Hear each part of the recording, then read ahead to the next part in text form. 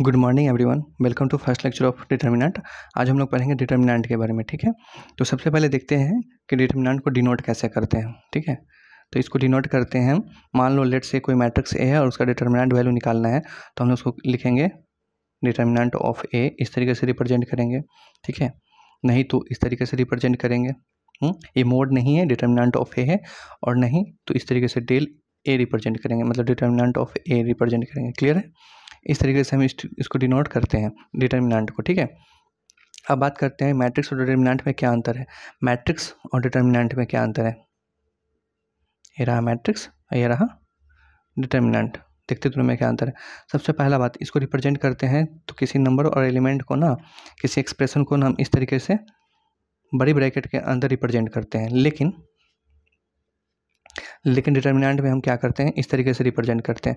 मान लो अगर यहाँ पे 2 3, मान लो यहाँ पे 2 3 4 1 है, रिप्रेजेंट करके रखे हैं। ठीक है, तो यहाँ पे 2 3 4 1 इस तरीके से रिप्रेजेंट होकर रखाएगा, मतलब मोड नहीं होगा, डिटर्मिनेंट कहेंगे इसको। क्लियर है? पहला बात। दूसरा बात, ये किसी भी ऑर्डर का हो सकता है, एनी ऑर्डर का हो सकता है। ठीक है, अभी हम पढ़ के आए थे 1x1 का हो सकता है, 1x2 का हो सकता है, 3x3 का हो सकता है, लेकिन ये हमेशा क्या होगा, स्क्वायर मैट्रिक्स के फॉर्म में होगा। किसके फॉर्म में होगा? स्क्वायर मैट्रिक्स के फॉर्म में होगा। ठीक है, मतलब ये हमेशा या 2x2 का होगा, 1x1 का होगा, या 3x3 का होगा। मतलब कि हमारे NCERT में ना 3x3 तक ही गया हुआ है, इसके ऊपर नहीं गया हुआ। ठीक है, ये 3 लिखने का मतलब 3x3 है, क्योंकि वहाँ पे m×n दोनों बराबर हो सकता है, तो m बोल दे या फिर n बोल दे। ठीक है, ये दो बात हो गई। तीसरी बात हो गई कि ये जो है ना मैट्रिक्स कभी भी किसी नंबर को ना किसी वैल्यू को कंटेन करके नहीं रखता है, मतलब इसका कोई वैल्यू नहीं होता है। लेकिन वहीं डिटर्मिनेंट क्या होता है ना, इसके पास वैल्यू होता है। ठीक है, इसके पास कोई ना कोई वैल्यू होगा। जैसे कि अगर इसको एक्सपेंड करेंगे तो इसका क्या वैल्यू आएगा, डिटरमिनेंट वैल्यू क्या आएगा, हम अभी आगे चल के देखेंगे, लेकिन इसका कोई ना कोई वैल्यू होगा। ठीक है, तीन बात ये हो गया। चौथी बात ये है कि हम जब भी इसमें मल्टीप्लिकेशन के का करते थे, के का अगर हम मल्टीप्लिकेशन करते थे तो ज़रा देखो इसमें क्या क्या होता था। अगर मान लो ये कोई भी मैट्रिक्स है, मान लो ए है, तो अगर हम ए के का मल्टीप्लिकेशन करेंगे तो क्या हर एक एलिमेंट में करते थे, 2k 3k 4k और के, इस तरीके से। लेकिन जब भी हम डिटर्मिनेंट में के का मल्टीप्लिकेशन करेंगे, किसी स्केलर का मल्टीप्लिकेशन करेंगे, तो ध्यान रखना ये हर एक एलिमेंट में नहीं होगा, या तो रो में होगा या फिर एक कॉलम में होगा, या एक रो या एक कॉलम। याद रखना, एक रो या एक कॉलम। अगर हम रो को लेकर चलते हैं तो क्या आएगा, 2k 3k। ठीक है, और 4 1 इसी तरह रह जाएगा। लेकिन अगर कॉलम में लेके चले तो क्या होगा, 2k 4k 3 और 1 इस तरीके से। मतलब किसी एक रो या किसी एक कॉलम में हम के का मल्टीप्लिकेशन करेंगे। तो इसका मतलब है अगर हम कॉमन भी निकालें तो किसी एक रो से कॉमन निकाल सकते हैं या फिर किसी एक कॉलम से। क्लियर है? इतने अंतर होता है इस दोनों में बेसिकली। ठीक है, आगे भी देखेंगे और सभी क्या होगा। ठीक है, तो हम डिटर्मिनेंट वैल्यू निकालना सीखते हैं। इतना समझ में आ गया डिटर्मिनेंट और मैट्रिक्स में क्या अंतर होता है। ठीक है, अब डिटर्मिनेंट वैल्यू निकालना सीखते हैं।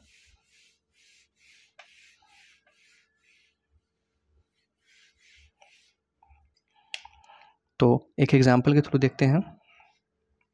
लेट्स से एक मैट्रिक्स है 5 2 3 6। ठीक है, अब बोला क्या गया है, डिटर्मिनेंट ऑफ ए निकालने के लिए कितना होगा। अगर ऐसा है तो हम क्या करेंगे, सबसे पहले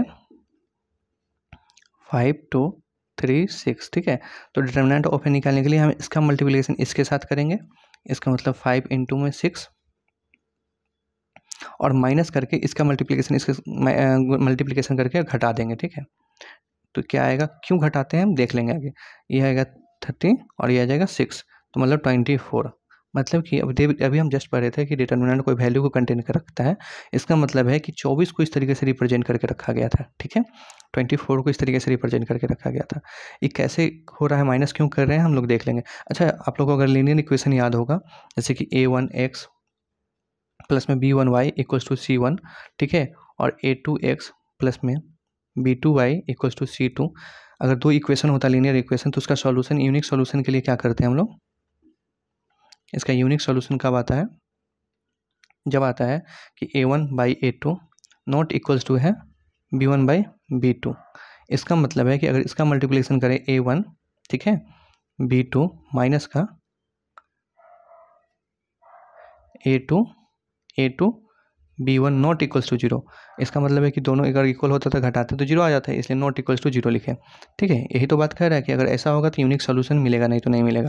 अब जरा देखो, अगर इसको भी देखना चाहो तो हम इसको ऐसे लिख सकते हैं डिटर्मिनेंट के फॉर्म में A1 B1 A2 B2। ठीक है, हम कर क्या रहे हैं, हम इसका मल्टीप्लिकेशन तो इसी तरह कर रहे हैं। क्या कर रहे हैं, A1 B2 इसका मल्टीप्लिकेशन घटा रहे हैं A2 B1 करके, यही तो कर रहे हैं। तो इस तरीके से हम लीनियर इक्वेशन से भी देख सकते हैं। इसका मतलब है किसी डिटरमिनेंट का अगर हमको यूनिक सोल्यूशन चाहिए, कोई यूनिक फिक्स वैल्यू चाहिए, तो ये दोनों नॉट इक्वल्स टू 0 के बराबर होना चाहिए। क्लियर है, इस तरीके से भी समझा जा सकते हैं। एनसीईआरटी में दे रखा है, आप लोग एक बार देख लेना। ठीक है, चलो ठीक है, तो एक और क्वेश्चन देख लेते हैं।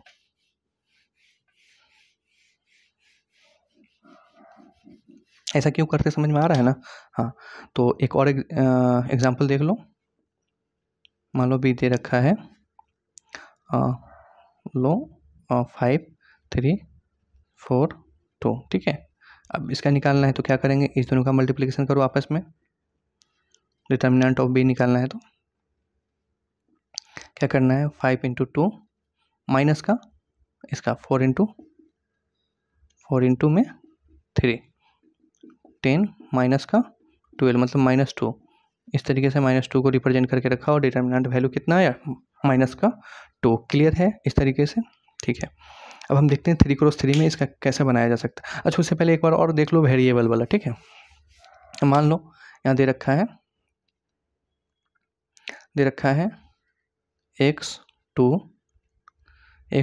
18x equals to 6 2 18 6। ठीक है, अब बोल रहा है कि दोनों बराबर है, तो इफ़ अगर ऐसा है तो आप x का वैल्यू क्या होगा निकालने के लिए। तो ज़रा देखो क्या कर सकते हैं, इस दोनों को, ये तो पहले डिटर्मिनेंट है दिख गया, 2x2 का भी है, तो हम क्या करेंगे, इस दोनों का आपस में मल्टीप्लिकेशन करेंगे। ठीक है, तो क्या आएगा x² और इस दोनों का माइनस करके इंटू करना है, मतलब 18 दूना 36 बराबर किसके है 36, और ये 18 दूना 36, ये हो गया 0, मतलब x² 36, तो x का वैल्यू प्लस माइनस का 6, यहाँ से x का वैल्यू ही निकल गया।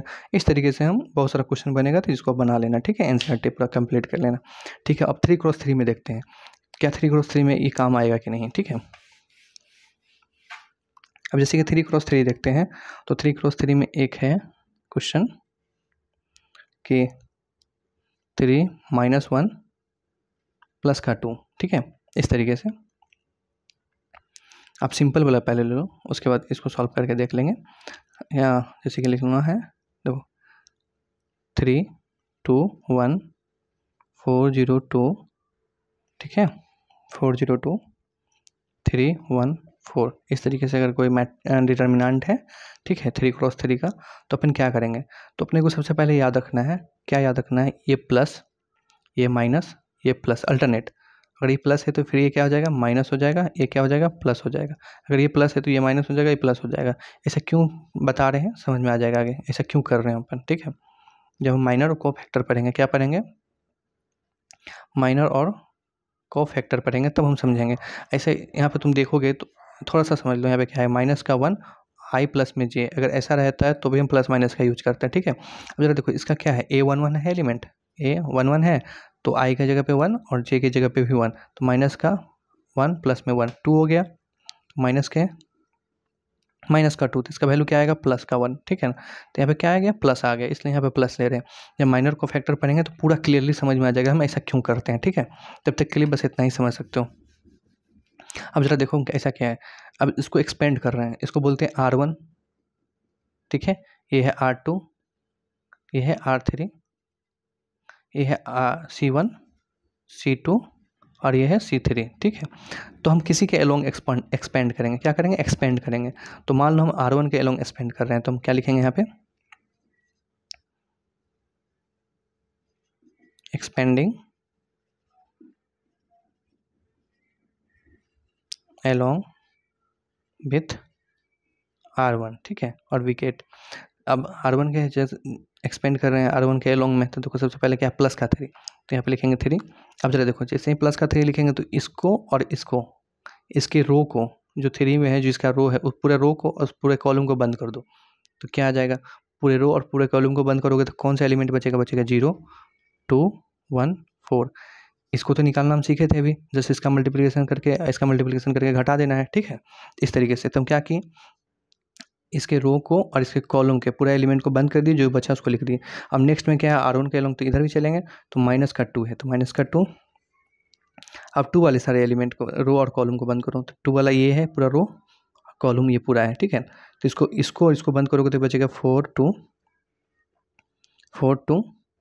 3 4, ठीक है, इस तरीके से।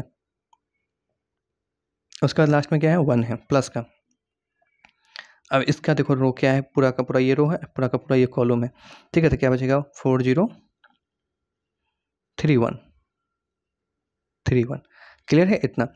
अब जरा देखो, इसको तो निकालना आता ही है, तो लिखो 3 इंटू में क्या करते थे, 0 इंटू 4 माइनस का 1 इंटू में 2, ये रहा माइनस का 2, 4 इंटू में 4 माइनस का 3 इंटू में 2, ठीक है, प्लस का 1, 4 इंटू में 1 माइनस का 3 इंटू में 0। इस तरीके से इसको तो निकालना आसान था, अभी सीखे थे अपन, तो इस तरीके से करेंगे। अब जरा देखो कितना आएगा, डिटर्मिनेंट ऑफ बी, ये रहा 0, ये रहा -2 और 3 -6, ठीक है। अब जरा देखो ये रहा, इसको भी देखो, ये कितना आएगा, 16 माइनस का 12, ठीक है, प्लस में 1 यहाँ पे, और यहाँ पे कितना है, 4 माइनस का 0, ठीक है। अब जरा देखो कितना है, माइनस का 6 है इधर से। अब जरा देखो इधर से घटाओगे तो 4 प्लस का 4 और 8 इधर आ जाएगा, प्लस का 1 और यहाँ देखो 4, इसका मतलब प्लस का 4 कितना आएगा, 8 4 14, तो इसका मतलब है 10। मतलब कि डिटर्मिनेंट ऑफ ए कितना आ गया, 10 आ गया। अभी किसका, माइनस का 10, ठीक है। इस तरीके से हम लोग बना लेंगे 3 क्रॉस 3 का भी। समझ में आया, कितना सिंपल था। अब जरा देखो इसमें कुछ इंपॉर्टेंट बात है, हम एक और एग्जांपल लेकर समझाते हैं, उसी में सारा चीज़ समझ में आ जाएगा, ठीक है। तो सबसे पहले इसको इरेज करते हैं।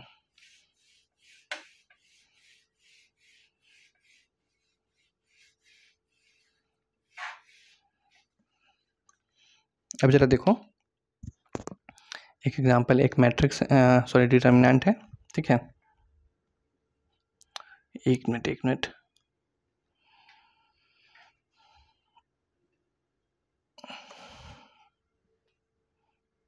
डिटर्मिनेंट है, क्या है, तो डिटर्मिनेंट का वैल्यू है 3, मतलब एलिमेंट का 3 माइनस का 1 माइनस का 2 0 0 माइनस का 1 3 माइनस का 5 0, ये रहा डिटर्मिनेंट, ठीक है। और इसका डिटर्मिनेंट वैल्यू निकालना है। जरा देखते हैं, सबसे पहले हम क्या करते हैं ना, R1 के अलोंग एक्सपेंड करते हैं। तो जरा देखो ये प्लस होगा, ये माइनस होगा, ये प्लस होगा, ये माइनस क्यों होगा, तो जरा देखना क्या आता है ना, माइनस का I प्लस में J, यही तो करते थे, माइनस का, अब I इसका वैल्यू क्या है, A 1 2 है, तो 1 प्लस में 2 3 आ गया, तो मतलब माइनस का रह जाएगा, इस वजह से हम यहाँ माइनस लेते हैं, ठीक है। तो अपने को याद करना है, ये प्लस है, ये माइनस है, ये प्लस है। जब माइनर को फैक्टर पढ़ेंगे तो और भी अच्छे से समझ में आएगा। तुम किसके अलोंग कर रहे हैं, हम कर रहे हैं R1 के अलोंग। पूरा बात लिख लेना आप। R1 के अलोंग करोगे तो जरा देखो कितना आएगा, प्लस का 3, ठीक है, ब्रैकेट के अंदर इसके पूरे रो के बंद करो, इसके पूरे रो को बंद करोगे तो ये पूरा बंद हो जाएगा। ये देखना, ध्यान देना, ये माइनस है, ठीक है ना, ये पूरा रो बंद हो जाएगा,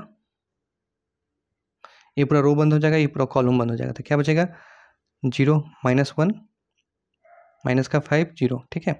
अब ये माइनस का, अब जरा देखना माइनस का बाहर, ठीक है, और ये -1 है, ठीक है। अब देखो इसके पूरे रो को बंद करोगे, इसके पूरे कॉलम को बंद करोगे जिसमें है -1, तो इसका पूरा कॉलम ये हो गया, इसका पूरा रो ये बंद हो गया। जरा देखो तो ये 1 2 है, मतलब पहला रो, अब सेकेंड कॉलम पूरा बंद कर दो, पहला रो पूरा बंद करो, सेकेंड कॉलम पूरा बंद कर दो, तो क्या बचेगा, 0 1 माइनस का 1 और 3 0, ठीक है। अब जरा देखो ये प्लस का क्या, अब प्लस का 2, आई माइनस का 2 है ना, ब्रैकेट 1। अब ये देखो कितना है, ये है 1 3, मतलब फर्स्ट रो और थर्ड कॉलम पूरा बंद करो। ये तो कहते हो, मतलब कि इसी तरह देखना, तो फर्स्ट रो और थर्ड कॉलम पूरा बंद करोगे तो 0 0 3 5 0 0 3 माइनस का 5। अब जरा देखो इसको खोल के कितना आएगा, ये हो जाएगा 0, ये माइनस का प्लस का 5, ठीक है, प्लस का 5, मतलब कि ये देखो 3 0 माइनस ए माइनस का, अब माइनस माइनस प्लस का 5, तो माइनस का 5 इधर आ जाएगा, माइनस माइनस प्लस हो जाएगा, ठीक है। और ये बना देगा 0 माइनस माइनस प्लस प्लस 3, ठीक है। और ये बना देगा माइनस का 2, ये बना देगा माइनस का मतलब 0, ठीक है ना, 0 इंटू 0। चलो तो अब जरा देखो यहाँ कितना आएगा, ये आ जाएगा माइनस का 15, ये आ जाएगा तुम्हारा, ओ यहाँ पर 1 लिखना भूल गए थे, ये आ जाएगा प्लस का 3, ठीक है, ये 0, तो इसका मतलब कि माइनस का 12 आंसर आया। ये समझ में आया, ठीक है। अब जरा देखो R1 के एलोंग किए तो कितना आया, माइनस का 12 आया, ये याद रखना। अब जरा देखो दूसरा, हम क्या करते हैं ना, हम R2 के एलोंग करते हैं, हम R1 नहीं करते, हम बोलते हैं R2 के एलोंग, एलोंग विथ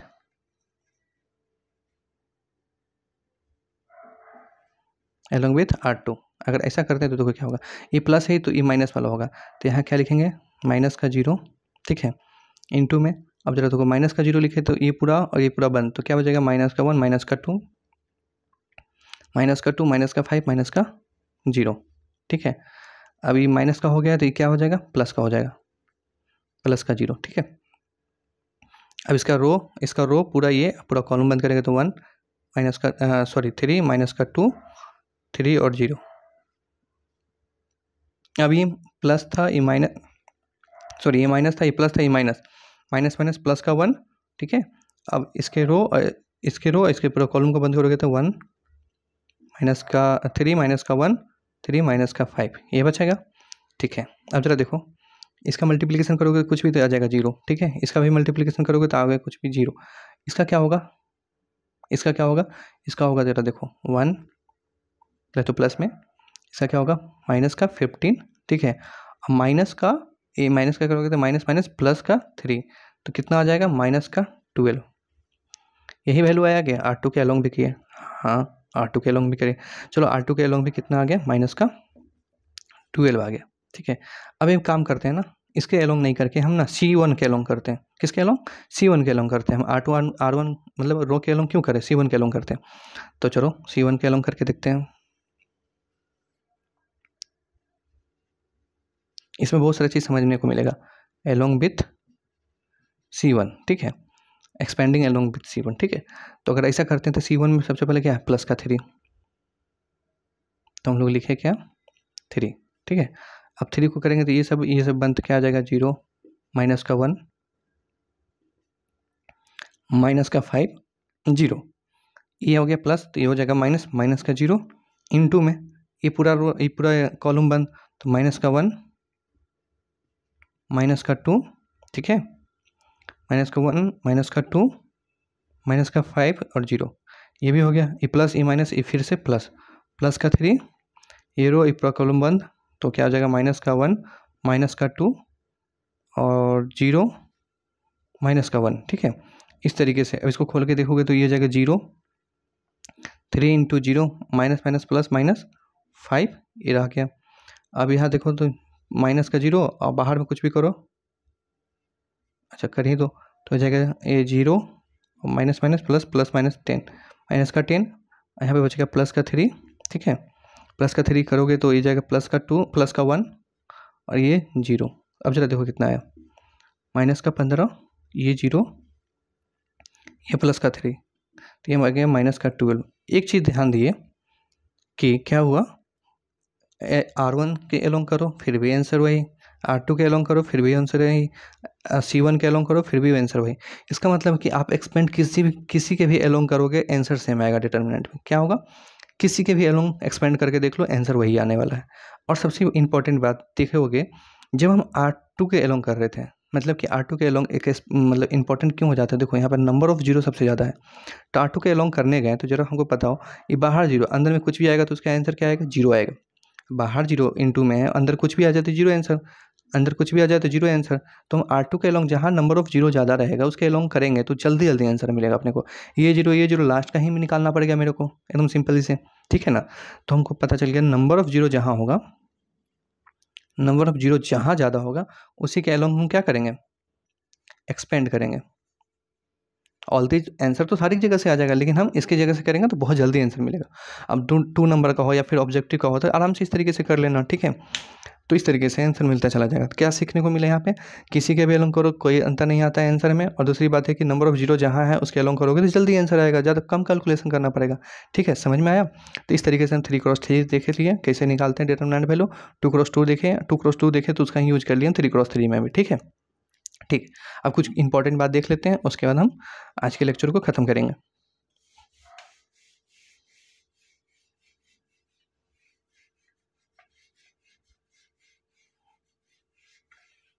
अब इंपॉर्टेंट बात क्या है कि अगर कोई मैट्रिक्स अगर है या फिर डिटर्मिनेंट अगर है, अगर कोई डिटर्मिनेंट है तुम्हारा, मान लो लेट से 1 2 3 2, ठीक है, मान लो ये मैट्रिक्स है। तो अपने को बोला क्या गया है कि अगर हम देख लेते हैं 1 मिनट के लिए, और मान लो बी है कोई मैट्रिक्स, क्या है, बी है 2 4 6 4, ठीक है। तो अपने हम इसका डिटर्मिनेंट अगर वैल्यू निकालना चाहें तो देखो क्या आएगा, डिटर्मिनेंट वैल्यू क्या आएगा, तो इसका मल्टीप्लिकेशन करोगे तो 2, इसका करोगे तो 6, ठीक है। तो माइनस का 4 ये रहा, ठीक है। इसका मल्टीप्लिकेशन करते हैं तो जरा देखो क्या आएगा, इसका डिटर्मिनेंट वैल्यू निकालते हैं तो क्या आएगा, आ जाएगा 8 माइनस का 24, 24 का उठाओ तो आ जाएगा माइनस का 16, ये कितना आ गया, माइनस का 16। अब जरा देखो डिटर्मिनेंट ऑफ बी में इसका वैल्यू आया माइनस का 16, माइनस का 16 को हम इस तरीके से लिखा जा सकता है क्या, माइनस का 4 इंटू में 4 माइनस का 16 लिखा जा सकता है, हाँ बिल्कुल। अब जरा देखो माइनस का ये दोनों अगर मैट्रिक्स दे रखा है या फिर डिटर्मिनेंट दे रखा है, क्या ये डिटर्मिनेंट ऑफ ए है, तो हाँ, इसकी जगह हम डिटर्मिनेंट ऑफ ए लिख दे, हाँ लिख देते हैं। और ये 4 हम क्या ऐसा लिख सकते हैं, 4 इंटू डिटर्मिनेंट ऑफ ए, तो हाँ यहाँ देखो एक रिलेशन निकला, क्या रिलेशन निकला, अब जरा देखो इस चीज़ को हम अगर हम और भी मॉडिफाई करें तो जरा देखो क्या होने वाला है, हम लिखें डिटर्मिनेंट ऑफ बी 2 का पावर n, ठीक है, इंटू में डिटर्मिनेंट ऑफ ए। क्या कहने का मतलब यहाँ पे n क्या है, ऑर्डर है, ऑर्डर ऑफ डिटर्मिनेंट है। अब जरा देखो क्या बोलना चाह रहे हैं, हम बोल रहे हैं डिटर्मिनेंट ऑफ बी था 2x2 का, ये भी 2x2 का। तो हम क्या किया, अगर हम डिटर्मिनेंट ऑफ ए निकालना चाह रहे हैं, ठीक है, तो हम क्या करेंगे ना, 2 का पावर और 2 करके हम डिटर्मिनेंट ऑफ ए निकाल देंगे, क्लियर है, इस तरीके से निकाल लेंगे तो हमारे पास यही वैल्यू आ जाएगा, कौन सा, ये वाला। ऐसा कैसा हो गया, तो हम ये कहना चाह रहे हैं कि जरा देखो अगर इसका 2 गुना ये है, इसका अगर 2 गुना ये है, तो हम क्या करेंगे, अगर हमसे बी पूछेगा, अगर हमको ए पता है डिटर्मिनेंट ऑफ ए अगर माइनस का 4 दे रखा है, तो हमको कुछ नहीं करना है, डिटर्मिनेंट ऑफ बी के लिए हम क्या करेंगे, 2 n2 में कितना का पावर है, तो कितना ऑर्डर का है, तो बोलेंगे 2 ऑर्डर का, डिटर्मिनेंट ऑफ वैल्यू का अगर हमको दे रखा होगा तो माइनस का 4 कर देंगे, ठीक है। इस तरीके से करेंगे तो डिटर्मिनेंट ऑफ बी आराम से निकल जाएगा, ये रहा 4, ये रहा माइनस का 4, मतलब कि माइनस का 16 डिटर्मिनेंट वैल्यू आराम से निकल जाएगा, जब भी ऐसा कुछ दे रखा हो, ठीक है, तो हम आराम से कर सकते हैं, क्लियर है, इसमें कोई दिक्कत, ठीक है, नहीं कोई दिक्कत नहीं है, तो बहुत बढ़िया। अब एक और चीज़ देख लेते हैं इसमें, इसको इरेज करो,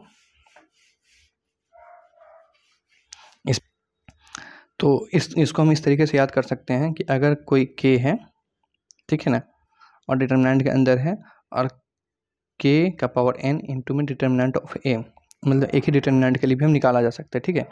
लेट सपोज अगर इसको देखना है तो देखो अगर a का वैल्यू अगर है डिटर्मिनेंट में 1 2 3 4 अगर है, ठीक है, तो अगर इसको निकालोगे तो कितना आएगा, डिटर्मिनेंट ऑफ a कितना आएगा, 4 माइनस का 6 मतलब माइनस का 2, ये माइनस का 2 आया डिटर्मिनेंट ऑफ है। अब जरा देखो k का मल्टीप्लिकेशन कर रहे हैं, ठीक है, अब सबसे पहले k का मल्टीप्लिकेशन करके देख लेते हैं, तो k कितना आएगा, मान लेते हैं k 2k 3k 4k इस तरीके से, ठीक है, ये निकल गया हमारा k a, ठीक है।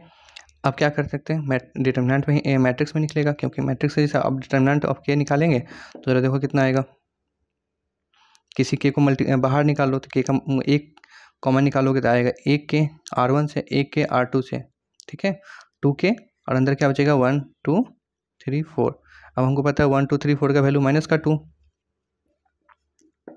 तो आ जाएगा k स्क्वायर, इसका वैल्यू माइनस का 2, ठीक है। माइनस का 2 मतलब यही तो है डिटर्मिनेंट ऑफ ए। तो इस तरीके से हम निकाल लिए। ये एन क्या था, ऑर्डर था 2 क्रॉस 2 का, तो यहाँ पे ये समझ में आया। इस तरीके से आप करोगे आराम से निकलता चला जाएगा। ठीक है, तो अभी के लिए इतना ही, मिलते हैं नेक्स्ट वीडियो में। ठीक है, थैंक यू सो मच।